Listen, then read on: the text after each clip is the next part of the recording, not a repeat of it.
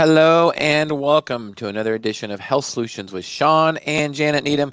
And another episode you do not want to miss out on, because we have Olga from Redimedi Clinic. She is an ARMP, and she is going to tell us her story of escaping communism. She has a really good story about what her dad did to overcome some of the struggles in communism, and now they live in America, and so glad to have her in America. And with that, I will just let Olga take over. Olga, welcome to our show. Thank you so much, Shawn. I'm excited to be here. Tell us a little bit about where you're at now and what you do, just briefly, because we'll get more into the depth of that later in the show, and then we'll go back in your story, starting out in Ukraine. So where are you at now, Olga? Okay, so since we moved to the United States, I have gone through several changes to what my career looked like. It all started with the nursing program early on, but right now I am a nurse practitioner in a small clinic in Wenatchee, Washington. I graduated last year, and I love what I do. I'm always very satisfied with my career choices, but this has definitely been extremely exciting. So Awesome. That's where I'm at in life, and going back to school for a doctorate degree in the spring. Good for you, and I'm looking forward to hearing more about your story and what you guys do special right now. So, but let's go back in many years ago and kind of give us a time frame and where you were at in the Ukraine when you remember about your dad and he was getting his engineering degree. Tell us about that story. Yeah. So I was born in 1985. The next year is when Chernobyl explosion took place. I wasn't very near to that area, but definitely in that same country. And in early 1990s is when Soviet Union fell apart. And so I kind of got a little bit of that post-Soviet era when I started school. And there was definitely a lot of socialistic take on how to do school and what everybody's expected to do with their lives. And so growing up around that, we grew up as Christians in a Christian household, and my father believed in God very strongly. And because of that, he was persecuted quite a bit in Ukraine. And being in a Soviet country, if you think differently from what you're supposed to be thinking, then you are not going to be liked very much. And so we all experienced that even as kids in the school. But for my dad in particular, he went to school as an engineer. His dream was always to build ships, and he got so close to that. It was the night before his graduation when he got called into the KGB office, and he graduated with 4.0, but they said, well, we are not going to give you a diploma. And he said, well, why is that? Why did you let me keep going with school? And they said, well, we were hoping you would come in here right now and tell us that you don't believe in God anymore, that your education would help you realize that God is not real. And he said, well, quite the opposite. Like, I'm not going to do that. And they said, well, we won't give you a diploma. And so my father became a coal miner for many years to support the family instead of having his engineering career that he was hopeful for. Wow, that is a powerful story, and I think it's hard for us in the United States to understand that. Sometimes we might not want to even believe it that happens in other countries. And thank goodness that in our country, at least for now, we have the First Amendment, what gives us a right to freedom of religion. And as of now, our government can't stop us from doing that. And it's important to stick to those principles. And I'm so glad that your dad stuck to his principles, and I'm sure that led you to respect him even more and probably want to even model your dad even more. So that's a very, very powerful story, and almost it's just crazy to think about that that in other countries that happens. So thank you for sharing that story, Olga. So your dad became a coal miner to support the family. Okay. Yeah, coal miner. So that was in his 20s when he got the engineering degree. And then in his 30s, that is when the Soviet Union fell apart. And he was very open to going back to school, and he actually went to a Bible seminary. At that point, Christianity was a little bit more embraced, and the colleges were allowed to open up with seminary programs and whatnot. And so he traveled quite a bit for a few years and became a pastor. He did not work as a pastor or did not become one within the church, but he had that education, and that served him well for some time while he was still working as a coal miner. And then in his 40s, early 40s, we moved to the United States. And the very first thing he did was he said, I don't know English language and I'm going to learn. And he went back to college pretty much immediately within a few weeks of moving to the United States, and started with English second language classes and moved on, then became a certified nursing assistant. And then that led to his degree in medical laboratory technology. So Dad got 3 careers in life, and he was always very passionate about education. And the one thing that he'd always say, I am so excited that I'm able to do what I do and to be allowed to do it. Basically, pursue your passion. And there isn't any way he could have done much of it back in the old country. Wow. That's a great story. What a wonderful man. I'd love to meet your dad someday. So tell us, Olga, I think kind of how you kind of got into the medical field was because of your dad. Tell us how that happened. Yeah, so I was 13 when I started 7th grade here in East Wenatchee, Washington, and did 7th grade, 8th grade. By about mid-9th grade, I was tired of the high school drama. I think once you go through different experiences in life, you mature quicker, and I think that's what happened in my case. Seeing my 13-year-old, for example, at this point, and remembering how I was at 13 is definitely very different, which is, in a way, is great, but he doesn't have the experiences that I had, Right. being very different from the rest of the kids who came from communist families, for example. Even after the fall of Soviet Union, you could sense a big difference there with how you were treated. So my child, thankfully, does not have that anymore. So by about 15 and a half, I was sick of school. And so I laugh at myself. I say I'm a high school dropout. So I walked out of 9th grade and I said, I'm going to take homeschool and I'll finish it and I'll get into college. And so it took me 6 months to finish my high school years. And by the time I showed up in the local college, Wenatchee Valley College, I remember applying, and that was probably before I even turned 16, shortly before that. And I brought my application, I brought my diploma, and I said, I would like to apply for some prerequisite nursing classes. And the gal at the desk, she looked up and looked at my birth date and said, is this a joke? And I was so flustered at that point. I said, what do you mean? No, this is legit, And she looked it all up and called the school and whatnot and said, yep, it is legit, And so that's how I registered for my first set of classes. And shortly before that happened, my dad was already in college, of course, and he took me to the nursing hall. And he said, knowing you and your character and whatnot, I feel like you would be a great nurse. And I said, Dad, I don't know. I kind of wanted to go into accounting or something like that. I said, I like the computer work. And he said, well, let's just give it a try. And so that first year in college, I was taking prerequisites for nursing, and he was taking prerequisites for medical laboratory technology.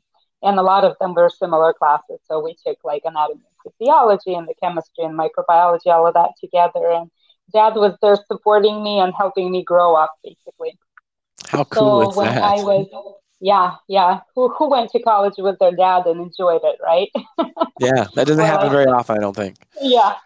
Well, I can say I did, and I enjoyed it very much. Dad would always buy me snacks in between classes, so that was important too.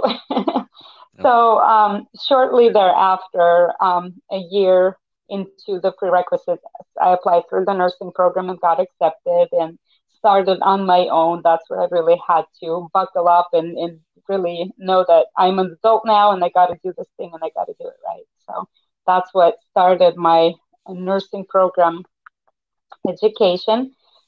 And since then, I've done many more things when it comes to my career, but it's all been nursing based. So, and I have my dad to thank for that. So you graduated with a nurse. How old were you when you graduated with a nursing degree? I was 19. So I ended up getting married shortly before my 18th birthday to a guy from Russia, from Siberia. And that wedding kind of put a damper on some of my plans. And so I ended up taking 6 months off of nursing program to get married and get settled as a young wife, and went right back to school and finished off with my RN. So if I didn't take that half a year off, I would have been probably 18 when I graduated. Yeah, So, I don't know if there's been a younger graduating nurse since then, since my so, graduation. so did you go out into the field and start working right away when you were 19? Right away, yeah. So my very first job was actually in an operating room as a circulating nurse. So my very last quarter in the nursing program, I got a preceptorship at Wenatchee Valley Medical Center at that point, now Confluence Health. And I was trained by phenomenal nurses over there. I have so much respect for all the staff over there. And so before I even had my finals in my last class, I was offered a job over there as an RN. So that was my first job ever, I guess, outside of picking cherries as a teenager. So that was my first job. And I stayed there up until this new gig in some capacity, just because I started out full time and then started having my children. I have three boys. And so with those changes in life, my phenomenal manager at the time, Kelly Zelafro, she was just helping me with the hours and coming back in part time or pool position. So whatever worked for both of us, we made it work. And so then after that, when I came back into full time, when my third son was a little bit older, I decided to pursue education further. And I looked at RN first assistant programs, and I really liked one specifically called NIFA. I really enjoyed my education from there, and the training that I got was all on site, where I worked already with the surgeons that I have great respect for. And so they trained me, and I became an RN first assistant. But meanwhile, there was another father figure in my life who was a friend alongside me. He's a physician assistant at in orthopedics at Confluence Health, Greg McDonough. So Greg is a phenomenal physician assistant, and he has two daughters, probably younger, a little bit younger than my age, and he always told them, you have to get your education. And so I kind of fell under that category for him. And he always would say, go back to school, become a nurse practitioner. Nurse practitioners are great, And so, and of course, with him being a physician assistant, he knew what the job entailed. And so he told me a lot about it.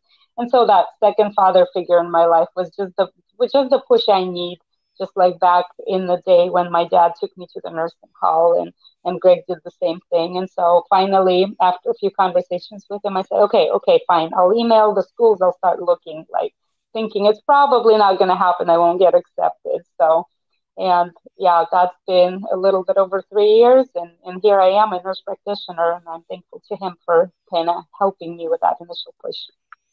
Oh, what an inspiring story from a high school dropout to a nurse practitioner. That's pretty inspiring. That's right. Yeah. Well, Anybody can do this, right? and I think I'm sure that it sounds like you had some great mentors in your life, and especially your father. I think, probably was a great role model for you. So, kudos to him for sure. Thank you. Yeah, I'll pass that along. So, where did you go to nurse practitioner school? So I looked at a big number of different schools. So there's a wide range of what's available right now. And I remember listening to your podcast where my partner, Karl Lambert, took place. You guys were discussing different nurse practitioner programs, and they were called the mills, nurse practitioner mills. And so for me, I did contact some of those, and they were the easiest ones to get into. And it just seemed a little off to me because I wanted good education. I didn't just want a degree, because I knew how important it was to be a knowledgeable provider, not just a provider with a degree. So I looked and looked and almost got trapped in one of those mills. But then the one that kept on constantly coming up is Frontier Nursing University. And it is one of the oldest nursing programs, nurse practitioner programs in the nation. They're known for their midwifery program, their number one midwifery program in the nation. And as of U.S. News and World Report of last year, I believe they're either number 5 or number 6 best family nurse practitioner program, and that is the program that I attended. And so that program was in 2019 was just below Yale, I believe, for nurse practitioner program. All right, so awesome. Those numbers really spoke to me, and the fact that they had amazing passing rates from the first time of nurse practitioner examination, the national exam. As of 2020, they just came out with data. It was 99% passing. So I was one of those 99%. So those numbers spoke highly to me, and the fact that they have a great program that is online, but it incorporates some time in the university, that was important to me as well. So I did not have a bachelor's degree at that point, so I applied for the bridge program, which was basically bridges the gap between associate's level and master's level. And I liked that idea because it gave me more education in the nurse practitioner world. So getting a bachelor's degree elsewhere, bachelor's of nursing, you still have to take all of those extra classes to get more credit. And I did not like that because that's probably not the knowledge that I was going to use in life. But if I got more nurse practitioner type education, I felt like I would do so much better. And I was spot on with that. I feel like I had a lot of the nurse practitioner classes in bachelor's level, and then I moved up into master's program, and I did exactly the same thing, only on master's level, so a little more comprehensive. And so doing it twice for me was priceless. Unfortunately, that bridge program was discontinued shortly thereafter, probably a couple more classes after myself. They don't do that anymore, but there are some schools that do. And I feel like that was priceless for me in my career and my comfort level going out to practice. So I did the bridge year. I got into an accelerated program, which was slightly above full-time credits, and got that done, everything in the course of 3 years. I was on campus several times for testing for skills education, and it was such a phenomenal experience. I definitely recommend Frontier Nursing Universities to all of those nurses out there looking for options right now. And how many years were you a nurse before you went to nurse practitioner school? I was a nurse for around 15 years. In the OR, basically, most of the time? Mm-hmm. Yeah, in the OR, I did a little bit of PACU, so admissions and recovery after surgery, but it was all in the same department.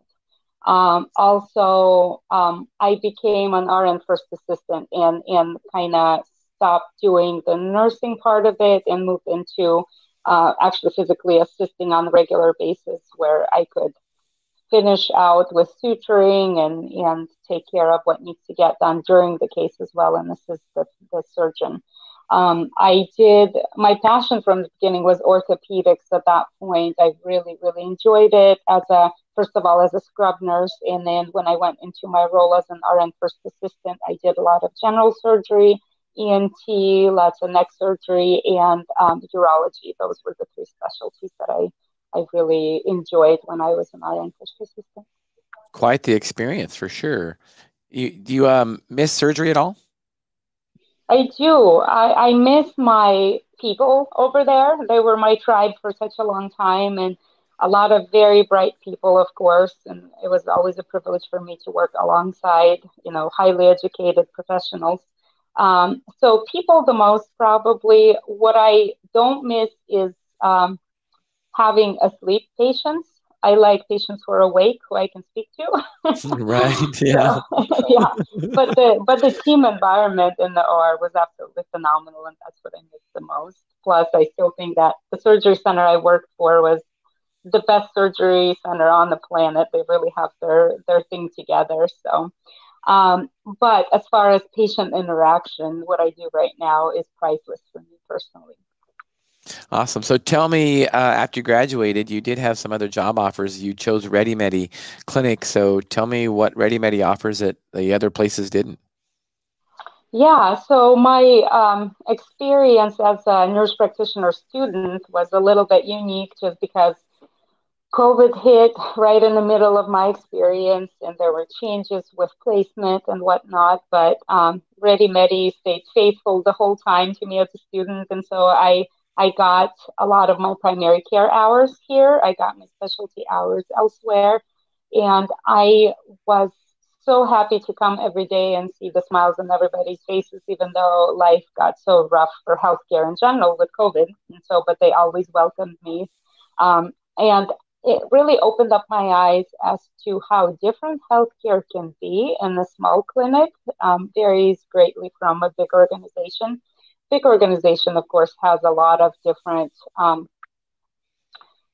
should I put it, privileges, or they are able to offer a lot more because they have specialty care right there in the house. And so it's a lot easier. But for us, we kind of have to figure out what the patient situation is, if they have insurance or don't have insurance. And can we just send a referral somewhere? Will they follow through with it? Will they know just how expensive it is? So we have to provide all that education. And unfortunately, for so many patients who say, I just can't afford it, I can't do anything, we put the time in to really help out as much as we can here at Redimedi. And so that really caught my eye originally. So when I graduated and shortly before that, I started applying. And at that point, I wasn't thinking of Redimedi as my future place of employment. I kept on thinking, Confluence Health. And so there were some offers from specialties, a lot of surgeons that I worked with, and I have a lot of respect for. They enjoyed my help in the OR, and so I was offered a few jobs in that respect. And it was probably the hardest decision of my life to really break away from Confluence Health and head towards Redimedi, just because, first of all, I always felt like in a big organization, I felt almost safer in a way as far as knowing that they're always going to be there. You never know what might happen to a small clinic. And so it was a difficult decision. But when I made my decision and settled to come to Redimedi, I haven't regretted to this day. So it's That's been awesome. since September 2020. So, do you get to use any of your surgery skills when you're on the job at Redimedi? Mhm. Absolutely. Whereas before I was able to assist and, I would suture after surgery and whatnot. Right now, I am able to do a lot of small procedures on my own within my scope of practice. From suturing lacerations, we do some urgent type care for our members over here. I'm able to, drain abscesses and do a lot of dermatology as well, because for patients, first of all, who do not have experience or do not have insurance, they're not able to go to the big organization dermatology and get that done. And then a lot of times it's really, really difficult to get in just because dermatology is so backed up all the time. So I'm able to do what's within my scope of practice as a family nurse practitioner. And what I really like is that I can take care of kids as well as adults, as well as seniors. We even have some patients out in nursing homes who we're able to go out and see. So it's a very wide variety of different experiences. So I'm able to really use my skills that I was taught as a nurse practitioner. That's cool. So, do you mind telling me the story about so our listeners and viewers can hear how, you know, to drain an abscess and then stitch it up? I kind of got that out of there, um, and how that saved a patient a lot of time and a lot of money by having to go to either an urgent care clinic or, ER. Can you kind of expand on that a little bit? Yeah, absolutely. Maybe not draining an abscess. A good example would be a patient who ended up having melanoma, for example, Okay. and so basically came in with a questionable lesion on the leg, and we took a look at it, and it's like, well, this does look suspicious, and so we have special ways of looking at these things, and so ended up taking pictures. And then what we have here at our disposal, which is I consider it priceless, is we have Rubicon Consult, which is basically we take pictures, we write up a little history about a patient, and we put it into specialty consult program that we have. And so we pay for that on a regular basis, but we always have all specialists at our disposal. And dermatology specifically is phenomenal for that, because you can just send a picture and they can pretty much tell you what it is. And so they're specialists from all over the country, mostly MDs.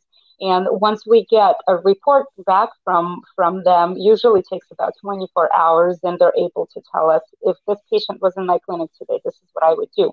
And so having that consult is like the backbone of a lot of our questionable cases, which really, for me as a new grad, it's a very important tool, and I use that on a regular basis.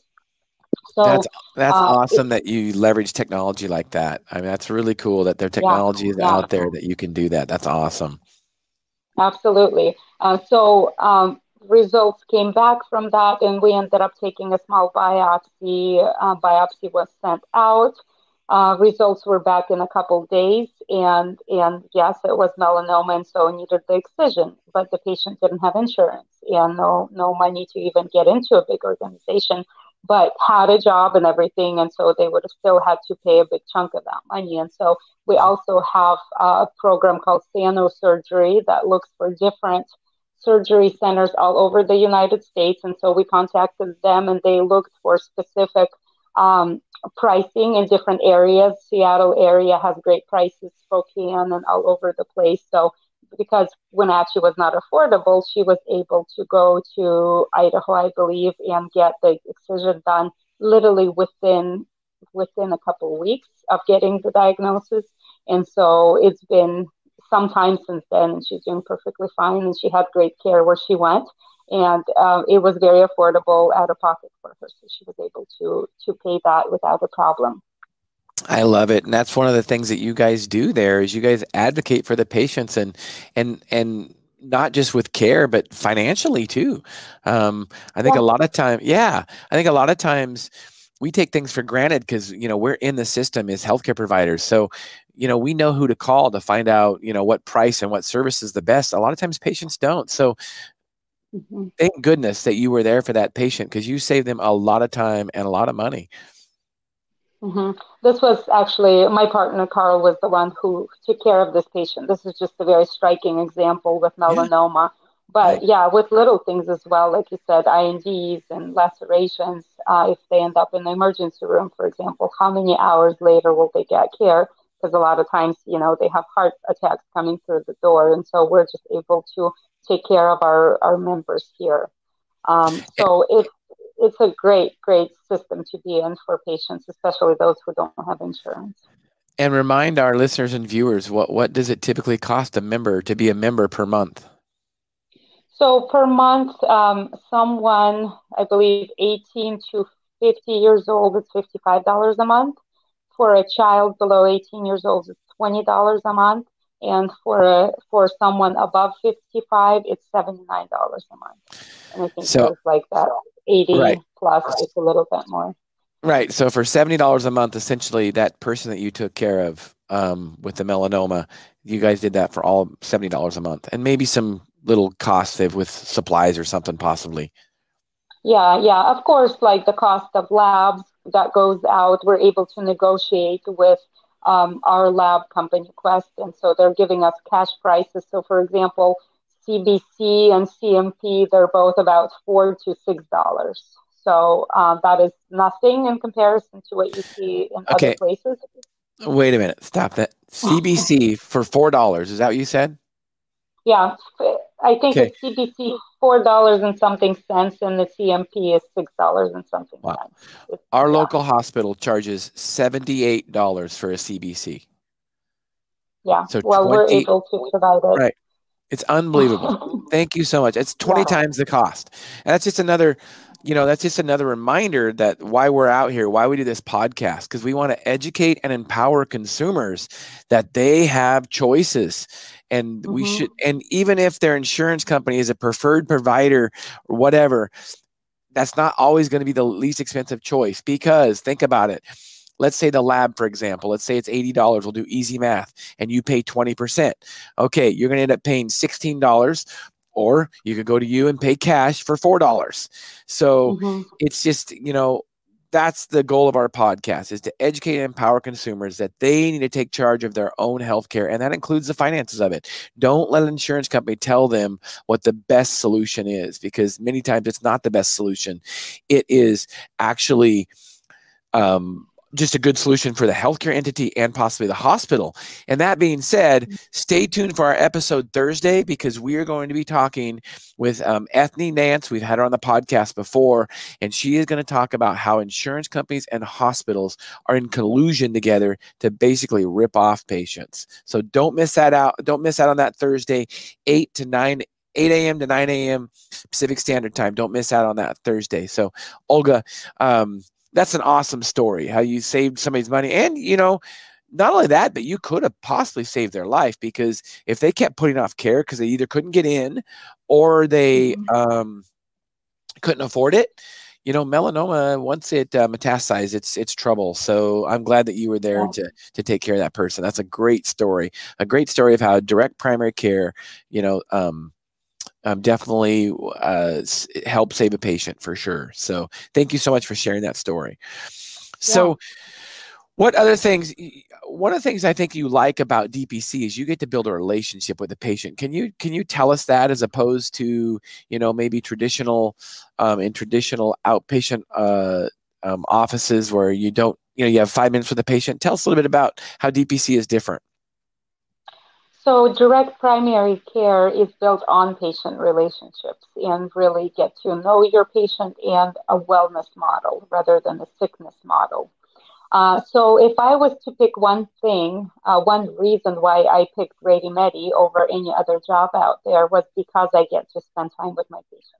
And so right now on my panel, for example, 8-hour day, I have, I want to say 8 or 9 patients. And so that means, I have 45 minutes to an hour with each patient. If I feel like I will need more time with that patient, I can easily add extra 15 minutes, even half an hour, and that won't be frowned upon, just because we provide quality care. If there's a day where we have some walk-ins and it becomes a little bit more hectic, then, maximum we'll see 14 patients a day. Then what's 14 patients in an 8-hour day in the normal clinic day for providers in a different organization?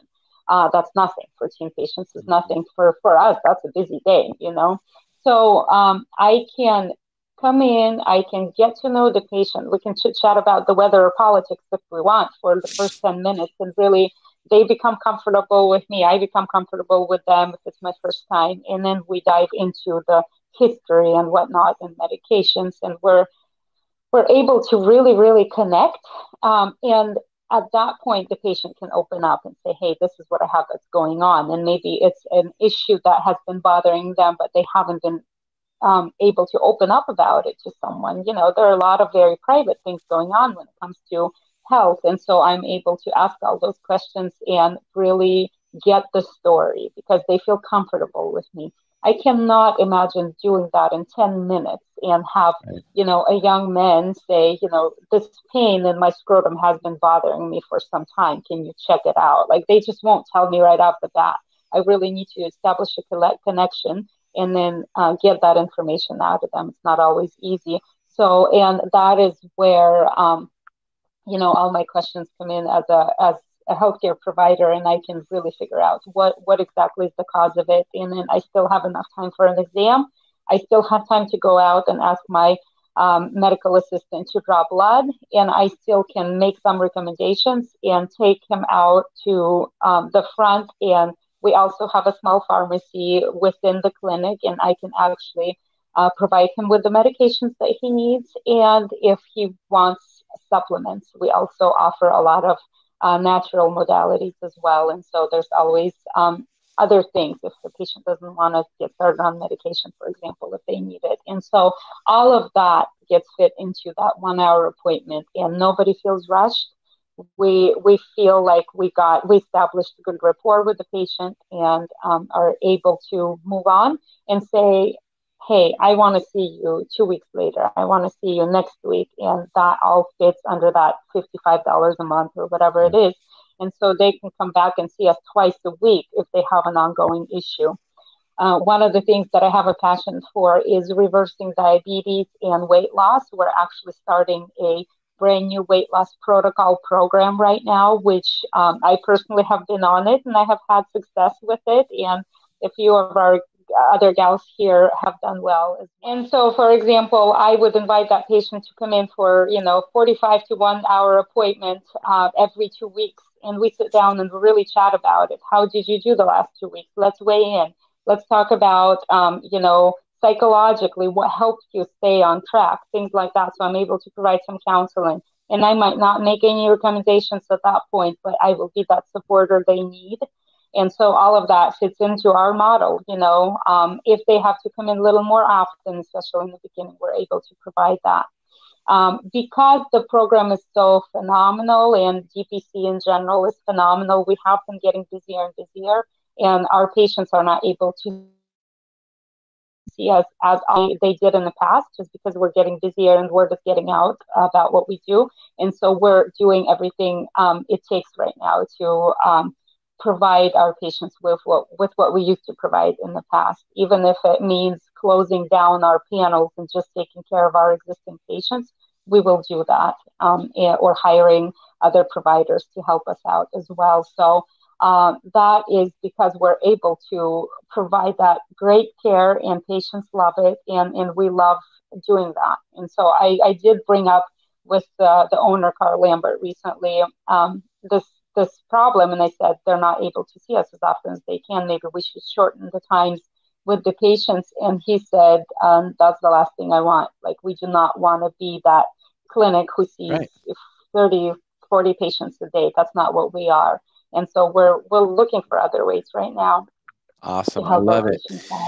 Yeah. So you mentioned, it caught my ear, and maybe it caught a lot of our listeners and viewers' ears, but reversing diabetes, is it really possible to reverse diabetes? Now, we're talking about type 2 diabetes, I'm sure. So is it really possible to reverse diabetes? It is definitely possible. We have had success in our clinic. Some patients go through with the program were able to come off of medications, and their A1C is within normal limits, and their blood glucose and insulin levels, everything's within normal limits. One patient in particular who was on 3 oral agents and 1 injectable insulin is now down to just metformin. So there are great success stories here. And then there are some who have been on just metformin, lots of pre-diabetes who are able to come off of metformin. And I, for example, have strong family history of diabetes, and I kind of did a lot of research on my own for myself as to prevention of diabetes. And I stumbled upon so much information out there and so many studies and different recommendations. And we kind of were able to create a program for that. And who started it all was Karl Lambert. And I kind of picked it up from him as a student and then added some of my own modalities that I've learned over time. And we kind of created a great program. So it's possible. It's not easy for patients. Right. Though, No, but that's awesome. That's awesome to hear. Yeah. I personally, as a pharmacist, I don't think for type 2 diabetes, I don't think medication is a long-term solution. I think that, that is just treating a symptom. All we're doing is treating a symptom of high blood glucose, but let's fix the problem, right? And you were talking about functional medicine. Isn't that essentially what functional medicine is? We treat the problem. So you don't have to just prescribe another drug to treat the symptom. So explain a little bit about functional medicine. So functional medicine, I really like using integrative medicine a little bit more, meaning functional medicine is more like naturopathic care, for example, but as nurse practitioner on, and we're able to use some of those modalities. I like integrative. Right now we're integrative clinic because we do Western medicine. We're Western medicine trained, but then we're always able to offer modalities from the functional medicine as well. And so, for example, patient that comes in and they say, I don't want to start on medications, but say they already have some indications for it, and they are going to walk away, even if I'm foreman, for example, they're going to walk away, they won't take it because they might have heard some horror stories about metformin, and or somebody in their face with it, and they're just not going to take it, you know. But if I tell them, okay, I'm going to give you some time, I'll give you 6 months, let's have you back in 6 months, I'm going to remeasure labs, but first we're going to get you started on this program that includes, you know, nutrition counseling, weight loss, exercise, and I don't give them goals that are impossible to achieve, just small goals, small steps at a time. Meanwhile, take a couple of these supplements that actually do work, maybe like metformin, maybe even better without the side effects. And so I put them on these natural things. And then 6 months later, I do a reevaluation of their maybe pre-diabetes or that state that leads to pre-diabetes. And a lot of them who are willing to work on lifestyle changes are back into normal levels. And at that point, we create a plan for them to sustain those results. And so my goal is always to catch a problem before it's a problem. And when I'm able to do that and really balance things out, then I am able to provide them with better quality of life for much longer. And so this is just something that gets missed a lot of times in the sickness model. And because we do have the time to sit down and talk about what's coming, are you at higher risk for Alzheimer's, Parkinson's, all the other things? Let's prevent that as well. It doesn't just have to be diabetes, heart disease. Those are the biggies for sure. But then we look even farther into when you're 70 plus, what might happen. And for that, we do nutrigenomic testing, which is DNA testing from a buccal swab inside the mouth. And we're able to see if patients have different mutations in different areas that have to do with how nutrients get converted in the body from food and get pulled into cells. And if there are certain mutations in those areas, then patients are able to know, okay, this is my mutation and this is what I should do in order to prevent it from displaying itself. We call it like on and off light switch. So if a mutation lights up, then all of a sudden they have a example. Diabetes, once again, is a very easy example. If they have, they probably will have those mutations. We do the test, we see the mutations, we make recommendations. And then if, for example, the patient is predisposed to having diabetes, but they lead a healthy lifestyle, they probably will not get diabetes. And then, so that's an easy example of how it works. And same thing with like autoimmune disorders. If you have a lot of mutations in the inflammatory genes, then you are more prone to getting that lupus or whatever it'll be. And so if we just keep that inflammation turned off like a light switch all along, then that patient is going to do so much better and probably will not even get anything. So we're able to do that as well, and that tends to be affordable. The nice thing about that test is your genes and gene mutations do not change. So once you get your answers, we're able to use that as a blueprint for the rest of the patient's treatment. Yeah. So tell us a story. I think you have a pretty good story about how you turned a patient's life around with the nutrigenomics testing. Can you tell us that story? Yeah, so it was nutrigenomic testing and then IV nutrition therapy. We started doing supplements, not just the oral route, but also IV nutrition. And it's known as IV nutrition for hangover, for example, like if you go to big cities and or concerts, for example, then you can have signs out there saying, oh, come in for IV nutrition, you can keep on drinking kind of thing. So that's replenishing the fluids, replenishing the electrolytes, some vitamins, and it keeps them going. So, but that has been studied and great results with IV nutrition for patients who have different type of problems. And so we were able to bring several of their mixes from pharmacies that mix these together for us, and then we're able to infuse them. But they are supplements, but we do recommend them, or we prescribe this is going to be what you need in order to help with this problem. For example, right now the biggest thing is immunity boost. And so that comes with different B vitamins, comes with high dose vitamin C, and comes with zinc, for example. So those are the ones we recommend for immune boosting for COVID prevention and whatnot. Mm-hmm. Of course, it's all about that immune system, you know. And so this patient who came in while I was still a student, and she could barely walk. She was pretty much carried into the exam room by her husband, and she's been through it all in Western medicine, all the scans, all of the workups in blood. She gave it all basically in order to figure out what the problem is. And it was like, well, you guys are my primary, do something. Like, this is just not, like, I can't else. And so she got started with nutrigenomic testing. There were some changes that we're able to make. And then by nutrigenomic testing, we found out that she had a very bad detoxification, meaning that she had patients in there to keep all the toxins in the body by them. She got started on an IV regimen of IV nutrition, so lots of B vitamins and C.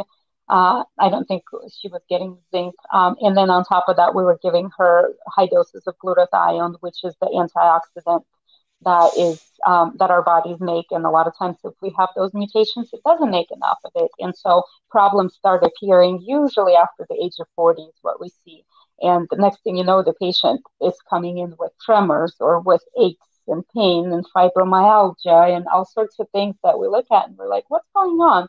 Well, maybe it's just that detox potential that they need boosted a little bit. And so that's what we did for her, and then replenish nutrients and whatnot. And she was able to get her old job back, and there's a family business involved. And so she's very active in that right now. And the only time she comes in, she usually just has a little bit of tremor in her hands, and all her other symptoms are gone. Occasionally she goes back and has a little bit of problem with her legs, but usually she's able to keep on working. And so right now we're weaning her off of it, making sure that she keeps on taking the oral, the fluid glutathione on a daily basis, and that kind of keeps her levels up, and she is doing a great job.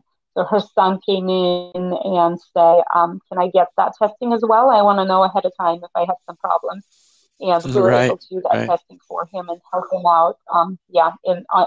So it's approach to care that is individualized. It's not like, okay, you have this problem, let's give you this medication because other people did well with that medication. Well, maybe this person won't because they have different mutations and different problems. So that has been one of my stories that I tell, just because it is so amazing to see her and to see her smile. And when her son came and said, thank you for giving my mom her health back. I mean, that's just huge.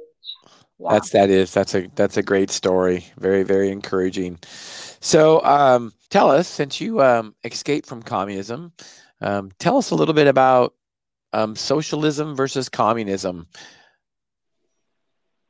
So socialism versus communism, I grew up in USSR. So one of the S's stands for Socialistic Republic. So it was socialism, but it was also communism. So it goes hand in hand. And my understanding is that what happens with socialism is that every country that kind of takes it on is a socialistic country, but then it doesn't always work out that way. Or I should say most of the time it doesn't work out that way. And then the socialistic country turns into a communistic country. And that is because socialism does not work in the country like originally planned. And so socialism is more democracy. And so that's why, for example, here in the United States, just in the last year, we hear so much about socialism and inequality and making sure that everyone gets the piece of the pie, and the piece of the pie is equal, whether they work or not for it. You know, it's kind of like, let's just share the wealth. And I understand that myself being a kind-hearted individual, of course, I want to help everybody and their relative, you know. I want to make sure that everybody is warm and fed and happy. And so I totally understand where it's coming from. But the problem right now is that a lot of people who talk about socialism in the United States are not able to understand what the repercussions are. And the repercussions are all in the history. So if we're not studying the history of what happened to certain countries that started with socialism and then moved into communism, because it tends to always track that way. And so if we are not reading about it, if we're not learning about it in school, we are never going to know. And we're just going to repeat history over and over and over again.